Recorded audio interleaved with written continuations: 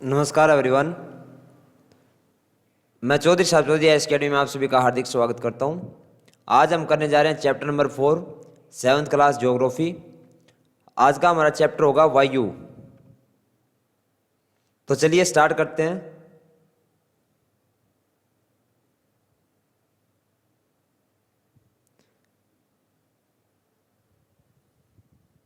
सबसे पहले हमारा होगा हम वायुमंडल किसे कहते हैं।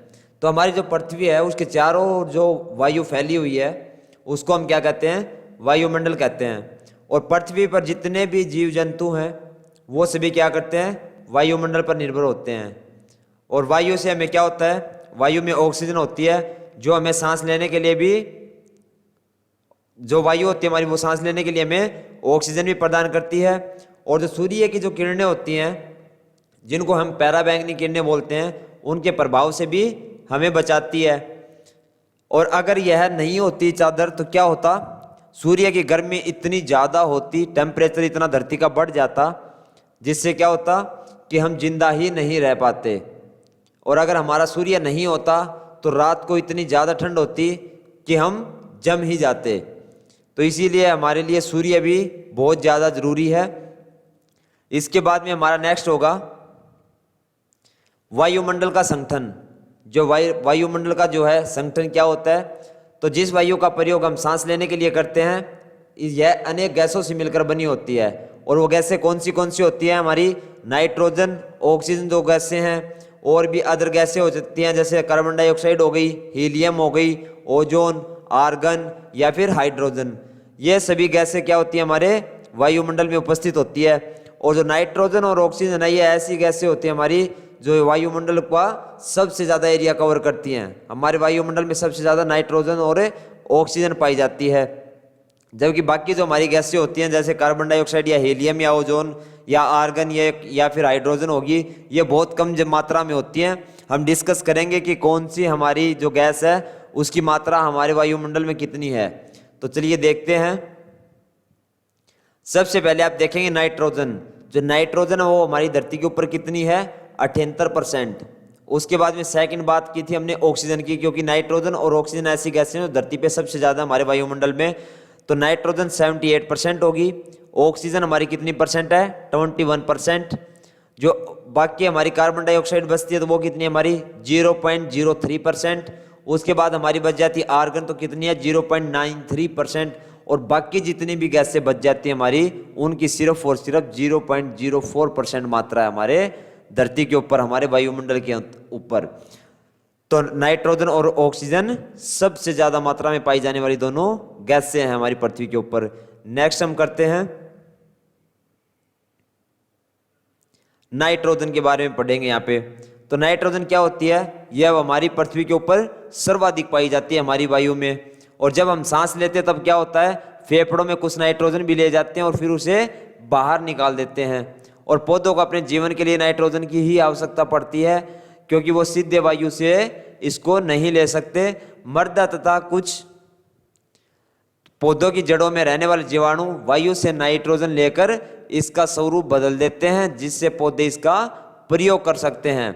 क्या होता है, जो पौधे होते हैं वो नाइट्रोजन को सीधा नहीं लेते हैं, बल्कि उनकी जड़ों में रहने वाले जो जीवाणु होते हैं वो वायु से नाइट्रोजन को लेते हैं और उसको बदल कर क्या करते हैं, पौधों को दे देते हैं, जिससे वो नाइट्रोजन का प्रयोग करते हैं। उसके बाद में नेक्स्ट हम देखेंगे ग्रीन हाउस गैस या फिर ग्लोबल वार्मिंग। तो ग्रीन हाउस गैस और ग्लोबल वार्मिंग क्या होती है, तो कार्बन डाइऑक्साइड वायुमंडल में फैलकर पृथ्वी से विकिरित ऊष्मा को पृथ्वी पर रोककर क्या करती है, ग्रीन हाउस प्रभाव को पैदा करती है। इसलिए इसको हम क्या कहते हैं, ग्रीन हाउस गैस कहते हैं। और इसके अगर ये कम होती ग्रीन हाउस गैस जो हमारी, अगर वो कम होती तो क्या होता, हमारी धरती इतनी ज़्यादा ठंडी हो जाती कि इसके ऊपर हम रह ही नहीं पाते। उसके बाद में नेक्स्ट क्या है, जब कारखानों एवं कार के धुएं से वायुमंडल में इसका स्तर बढ़ता है तब इस ऊष्मा के द्वारा पृथ्वी का तापमान बढ़ता है। इसे क्या कहते हैं हम, ग्लोबल वार्मिंग। ग्लोबल वार्मिंग किसको कहते हैं हम? जब ऊष्मा बढ़ती है, किस कारण से? कारखानों या फिर कारों से जो हमारा धुआं निकलता है, या फिर जो हमारी जितनी फैक्ट्रियां हैं उनसे जो धुआं निकलता है, तो उससे हमारा पृथ्वी का टेम्परेचर जो है वो टेम्परेचर बढ़ जाता है, और उसको हम क्या कहते हैं? Global warming. और ग्लोबल वार्मिंग आज की बहुत ज़्यादा प्रॉब्लम क्रिएट कर रही है, क्योंकि ग्लोबल वार्मिंग आप सुनते आ रहे होंगे पिछले 5-6 सालों से ग्लोबल वार्मिंग, हमारा टेम्परेचर लगातार धरती का बढ़ता जा रहा है। उसके बाद में हम नेक्स्ट देखेंगे ऑक्सीजन। ऑक्सीजन हमने देखा था कि नाइट्रोजन और ऑक्सीजन दो ऐसी गैसें हैं जो पृथ्वी पे सबसे ज़्यादा पाई जाती हैं, और ऑक्सीजन की मात्रा कितनी है हमारी पृथ्वी के ऊपर? 21%, और नाइट्रोजन की 78%। तो यहाँ पे क्या होगा, हमारी जो ऑक्सीजन है वायु में प्रचुरता से मिलने वाली दूसरी गैस है। पहली हमारी नाइट्रोजन है, सबसे ज़्यादा मात्रा में पाई जाती है, और इसके ऑक्सीजन के द्वारा क्या होता है, हम सभी जितने भी जीवित प्राणी हैं वो सभी सांस लेते हैं। जो हमारे पेड़ पौधे हो गए वो प्रकाश संश्लेषण द्वारा ऑक्सीजन को उत्पन्न करते हैं। हमें कहाँ से मिलती है ऑक्सीजन? तो हमारे जो पेड़ पौधे हैं उनसे हमें ऑक्सीजन मिलती है। इस प्रकार वायु में ऑक्सीजन की मात्रा समान बनी रहती है। यदि हम वृक्ष काटते हैं तो यह संतुलन बिगड़ जाता है। तो इसीलिए कहा गया है कि पेड़ पौधों की कटाई ना करें। अगर पेड़ पौधों की कटाई करेंगे तो ऑक्सीजन की मात्रा हमारी पृथ्वी के ऊपर कम हो जाएगी, सांस लेना दुभर हो जाएगा। तो जितना ज़्यादा हो सके अपने आसपास पेड़ पौधों को ज़्यादा से ज़्यादा लगाना चाहिए। इसके बाद में नेक्स्ट हम क्या पढ़ेंगे? Carbon dioxide. तो कार्बन डाइऑक्साइड हमारा क्या होता है? ये बाकी गैसें जो होती हैं वो आपको पता है कि बहुत कम मात्रा में हमारी पृथ्वी के ऊपर पाई जाती हैं, और कार्बन डाइऑक्साइड क्या करती है? अरे पादप जो होते हैं हमारे अपने भोजन के रूप में कार्बन डाइऑक्साइड का प्रयोग करते हैं। जो हमारे हरे पादप होते हैं वो क्या करते हैं? अपना भोजन के लिए कार्बन डाइऑक्साइड का प्रयोग करते हैं, और उसके बदले में हमें क्या देते हैं? वो ऑक्सीजन दे देते हैं। वो क्या यूज करते हैं? कार्बन डाइऑक्साइड, और वापिस क्या छोड़ते हैं पेड़ पौधे? ऑक्सीजन। और जो हमारा पीपल का जो पेड़ होता है, पीपल सबसे ज्यादा ऑक्सीजन देने वाला पौधा माना जाता है। मनुष्य और पशु कार्बन डाइऑक्साइड बाहर निकालते हैं, और ये कार्बन डाइऑक्साइड ये कौन बाहर निकालता है? हम आम इंसान या फिर जो हमारे पशु हैं जितने भी, वो सभी क्या करते हैं? कार्बन डाइऑक्साइड को छोड़ते हैं और ऑक्सीजन को ग्रहण करते हैं। और मनुष्य तथा पशुओं द्वारा बाहर छोड़ी जाने वाली कार्बन डाइऑक्साइड की मात्रा पादपों द्वारा प्रयोग की जाने वाली गैस के बराबर होती है, जिससे क्या होता है? इसका संतुलन बना रहता है। क्योंकि हम कार्बन डाइऑक्साइड छोड़ते हैं, ऑक्सीजन लेते हैं, तो पौधे क्या करते हैं? वो कार्बन डाइऑक्साइड का प्रयोग करते हैं और वापिस ऑक्सीजन हमें देते हैं, जिससे क्या होता है? ये संतुलन बना रहता है। लेकिन इसका क्या कारण है कि संतुलन को खराब करने वाला कोयला तथा खनिज तेल या फिर ईंधनों को जलाने से क्या होता है? ये सिस्टम गड़बड़ा जाता है, क्योंकि उनसे बहुत ज़्यादा मात्रा में क्या होता है? कार्बन डाइऑक्साइड निकलती है। वे वायुमंडल में प्रतिवर्ष करोड़ों टन कार्बन डाइऑक्साइड की बढ़ोतरी करते हैं। जो हमारे कोई भी ईंधन हो गया, हमारी कार जो है या फिर कोई फैक्ट्री होगी, इन सभी के जलने से करोड़ों टन क्या होता है? आपका कार्बन डाइऑक्साइड की बढ़ोतरी हमारे पृथ्वी के ऊपर होती है, जिससे हमारा ऑक्सीजन और कार्बन डाइऑक्साइड का जो कॉम्बिनेशन है वो यहाँ पे डगमगा जाता है। परिणाम स्वरूप क्या होता है? कार्बन डाइऑक्साइड का बढ़ा हुआ आयतन पृथ्वी पर मौसम तथा जलवायु को भी प्रभावित करना शुरू कर देता है। आप देख रहे होंगे कि पहले आप बड़े बुजुर्गों से कभी सुनना कि पहले बहुत ज़्यादा मात्रा में ठंड हुआ करती थी, अब ठंड भी कम होती है, सर्दी बहुत कम होती है। पहले गर्मी, अब देख लो आप गर्मी के क्या हालात होते हैं। तो ये सारा हमारे जो है इन्वायरमेंट पे बहुत ज़्यादा इफेक्ट करती हैं ये चीज़ें। नेक्स्ट हमारा होगा वायुमंडल की संरचना। तो वायुमंडल की संरचना हमारा क्या है? क्योंकि हमारा वायुमंडल जो है वो कितनी परतों में विभाजित है? 5 परतों में विभाजित है। और पृथ्वी के 5 जो हमारी परतें हैं वो कौन सी होंगी? तो सौरमंडल, सप्ताहमंडल, मध्यमंडल, बरावायुमंडल और बरहीमंडल। इन 5 मंडलों से, इन 5 परतों से बनकर मिलकर हमारा क्या बनता है? वायुमंडल बनता है। तो चलिए देखते हैं पहले कौन सी आती है। सबसे पहले आप नीचे नीचे देख पा रहे होंगे हमारा सौरमंडल है। सौरमंडल में जहाँ पे हम रहते हैं, जहाँ पे हमारे पेड़ पौधे, पर्वत, मैदान, सब जो चीज़ें हैं वो हमारी किस में आती हैं? सौरमंडल में आती हैं। उसके बाद में हमारा क्या आ जाता है? समताप मंडल आ जाता है। समताप मंडल में क्या होता है? जहाँ पे हमारी हवाई जहाज ये सब उड़ते हैं उसको हम क्या कहते हैं? समताप मंडल। और समताप मंडल में क्या होती है? हमारी जो ओजोन परत होती है वो भी समताप मंडल के अंदर ही होती है। उसके बाद में हमारा क्या आ जाता है? हमारा मध्य मंडल आ जाता है। मध्य मंडल के बाद क्या होता है? हमारा ब्रह्मंडल आता है। और उसके बाद में क्या होता है, हमारा बरहीमंडल आ जाता है। साइड में आप देख पा रहे हैं ऊंचाई है वो भी किलोमीटरों में दी गई है यहाँ पे कि कितनी ऊंचाई तक हमारी कौन सी परत होती है, तो आप देख लीजिएगा। उसके बाद में हम डिस्कस करेंगे कि हमारा सौरमंडल क्या होता है। तो सौरमंडल क्या होता है, यह परत वायुमंडल की सबसे महत्वपूर्ण परत है। इसकी औसतन ऊंचाई कितनी होती है, 3 किलोमीटर होती है। हम इसी मंडल में मौजूद वायु में सांस लेते हैं। मौसम की लगभग सभी घटनाएं जैसे वर्षा, कोहरा एवं ओलावर्षण इसी परत के अंदर होती हैं। वायुमंडल की सबसे ज्यादा इंपॉर्टेंट परत कौन सी मानी गई है, सौरमंडल, क्योंकि हम सब इंसान हैं, पेड़ पौधे हैं, जानवर हैं, पशु पक्षी हैं, वो सब किस में रहते हैं, सौरमंडल में रहते हैं। तो ये हमारे जीवन के लिए बहुत ज़्यादा महत्वपूर्ण है। और हमारे जो मौसम होते हैं वो भी यहीं पे होते हैं, इसी मंडल के अंदर। जो हमारा गर्मी, सर्दी या फिर वर्षा या बसंत ऋतु, ये सभी मौसम भी हमारे सौरमंडल के अंदर ही होते हैं। और ये कितनी ऊंचाई तक फैली है, तो 3 किलोमीटर तक फैली है। उसके बाद में नेक्स्ट हम डिस्कस करेंगे समताप मंडल। जो सौरमंडल से ऊपर का भाग है उसको हम क्या कहते हैं, समताप मंडल कहते हैं। और ये कितनी ऊंचाई तक फैला हुआ है, तो ये 50 किलोमीटर की ऊंचाई तक फैला हुआ है। यह परत बादलों एवं मौसम संबंधी घटनाओं से लगभग मुक्त होती है। क्या कहा गया है यहाँ पे, यह परत बादलों एवं मौसम संबंधी घटनाओं से मुक्त होती है। मतलब कि जो जैसे सौरमंडल में आपने देखा होगा, सौरमंडल में क्या होता है, हमारे सौरमंडल में वर्षा, गर्मी, सर्दी सब कुछ होता है, बादल भी हमें दिखाई देते हैं। लेकिन समताप मंडल में ऐसा नहीं होता है, क्योंकि समताप मंडल में नीचे की साइड सौरमंडल में ये चीज़ें होती हैं, लेकिन समताप मंडल में क्या होता है, ऐसी परिस्थितियां नहीं होती हैं, क्योंकि वहाँ पे मौसम बड़ा अच्छा रहता है। जहाँ पे हमारी जो एरोप्लेन्स होती हैं वो भी हमारी समताप मंडल के अंदर ही उड़ाई जाती हैं, क्योंकि नीचे आपने देखा होगा बादल होते हैं, लेकिन समताप मंडल के अंदर बादल नहीं होते हैं, मौसम बिल्कुल साफ होता है। इसके फलस्वरूप यहाँ की परिस्थितियाँ हवाई जहाज उड़ाने के लिए आदर्श होती हैं। समताप मंडल की एक महत्वपूर्ण विशेषता है, वो क्या है, ओजोन गैस की जो हमारी परत होती है वो भी यहीं पे है। और ओजोन परत है जो हमारी, वो क्या करती है, सूर्य से आने वाली हमारी जो पराबैंगनी किरणें होती हैं उन गैसों से हमें बचाती है। अगर ओजोन परत हमारी ना हो तो हमारी धरती पे सब इंसान झुलस जाएंगे, इतनी ज़्यादा गर्मी हो जाएगी। इसके बाद में नेक्स्ट हम डिस्कस करेंगे मध्यमंडल। तो मध्यमंडल कौन से परत होती है हमारी, ये तीसरे नंबर की परत होती है। सबसे पहला हमारा क्या था, सौरमंडल, फिर हमारा सप्ताह मंडल और उसके बाद में मध्यमंडल। और मध्यमंडल का जो सही है हमारी कितनी ऊंचाई तक होती है, ये 80 किलोमीटर तक होती है। कितनी होती है, 80 किलोमीटर तक होती है। और अंतरिक्ष से प्रवेश करने वाले उल्कापिंड इस परत में आने पर जल जाते हैं।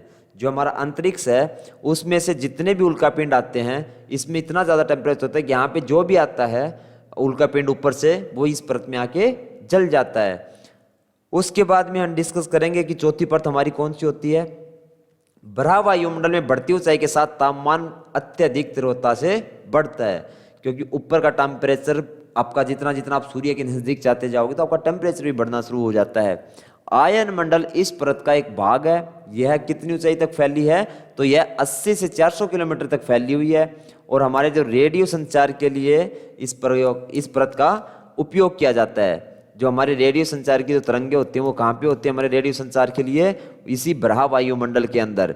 वास्तव में पृथ्वी से प्रसारित रेडियो तरंगे इस परत द्वारा पुनः पृथ्वी पर परावर्तित कर दी जाती हैं।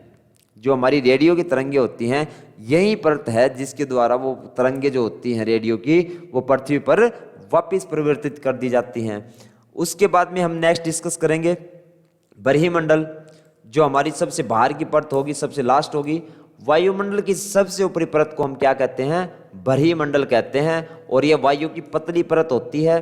हल्की गैसें जैसे हमारी हीलियम एवं हाइड्रोजन यहीं से अंतरिक्ष में तैरती रहती हैं। जो सबसे बाहरी परत है उसको हम क्या कहते हैं, बरहीमंडल कहते हैं। और यह वायु की बिल्कुल पतली परत होती है। और हमारी हीलियम और हाइड्रोजन जो गैसें हैं वो अंतरिक्ष में यहीं पे तैरती रहती हैं। इसके बाद में हम डिस्कस करेंगे मौसम एवं जलवायु के बारे में। आपने देखा कि हमारा जो मौसम है वो चेंज होता रहता है, मिनटों, सेकंडों, घंटों में डे बाय डे चेंज होता रहता है। तो मौसम वायुमंडल की प्रत्येक घंटे तथा दिन प्रतिदिन की स्थिति को होती है। मौसम क्या होता है हमारा, वायुमंडल की प्रत्येक घंटे एवं दिन प्रतिदिन की स्थिति होती है। आर्द्र एवं गर्म मौसम किसी को भी चिड़चिड़ा बना सकता है। आपने देखा होगा जब अभी आपका गर्मी का मौसम होता है तो उस टाइम आप देखते होंगे चिड़चिड़ा आपकापन हो जाता है, तो वो इसी मौसम में होता है। अच्छा हवादार मौसम हमें आनंद देता है और हम घूमने की योजना भी बना सकते हैं। चिड़चिड़े में तो हम खुद ही चिड़चिड़े इंसान बन जाते हैं, कोई बात भी करता है तो उस पर भी गुस्सा आने लग जाता है, ऐसा मौसम हो जाता है। लेकिन जब मौसम साफ होता है, जैसे बारिश का मौसम हो गया जो ऑलरेडी अभी चल रहा है, तो हमारा मन भी अंदर से खुश रहता है उसको देख के।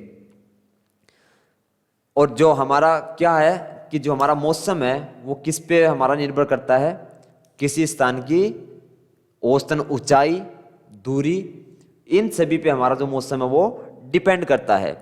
नेक्स्ट हम देखेंगे तापमान। वायु तापमान हमारा क्या होता है, प्रतिदिन जिस तापमान का हम अनुभव करते हैं वह वायुमंडल का तापमान होता है। और वायु में मौजूद ताप एवं शीतलता के परिमाण को हम क्या कहते हैं, तापमान कहते हैं। किसको, वायु में मौजूद टेम्परेचर एवं शीतलता के परिमाण को हम तापमान कहते हैं। और वायुमंडल का तापमान केवल दिन और रात में ही नहीं बल्कि ऋतुओं के अनुसार भी बदलता रहता है।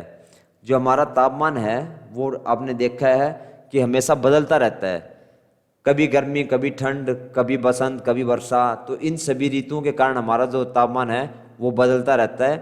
शीत तापमान ऋतु की अपेक्षा हमारी ग्रीष्म ऋतु ज़्यादा गर्म तापमान मापती है। क्या होता है, सर्दी में हमारी ठंड होती है तो हमारा जो टेम्परेचर होता है पृथ्वी का वो बहुत कम रहता है। और जैसे जैसे हमारी गर्मी शुरू होती है तो उस टाइम हमारा जो धरती का टेम्परेचर है वो बढ़ जाता है। उसके बाद में नेक्स्ट हमारा होगा आतपन। आतपन हम किसे कहते हैं, तो आतपन क्या है, यह एक महत्वपूर्ण कारक है जो तापमान के वितरण को प्रभावित करता है।